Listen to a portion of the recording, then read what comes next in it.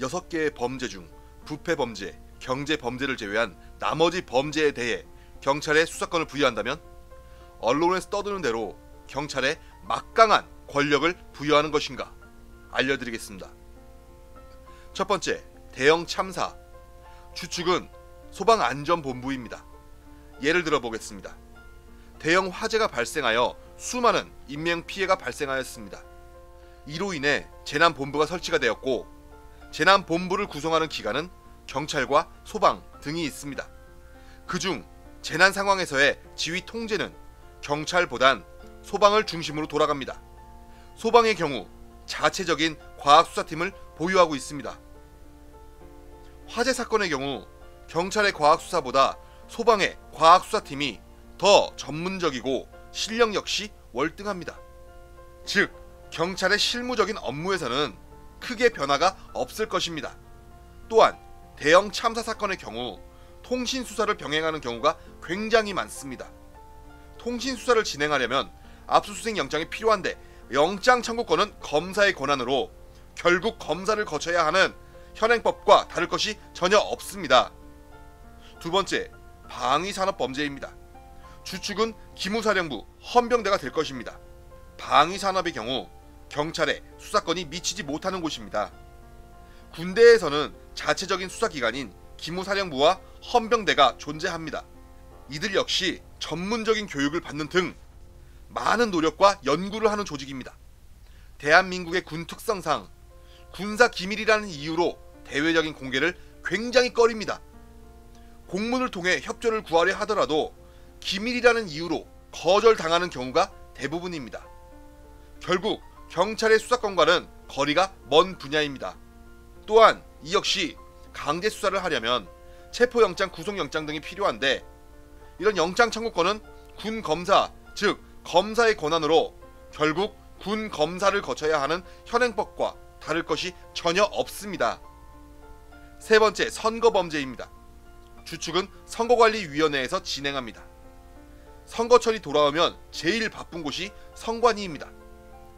선거와 관련해서는 선관위가 주를 이뤄 수사를 진행하기 때문에 경찰은 이를 뒷받침할 뿐입니다.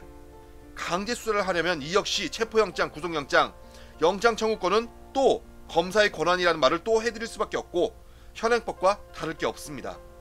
공직자 범죄, 과연 경찰에게 본 수사권이 주어진다면 당당히 공직자를 수사할 수 있을까요? 의문이 깊게 듭니다.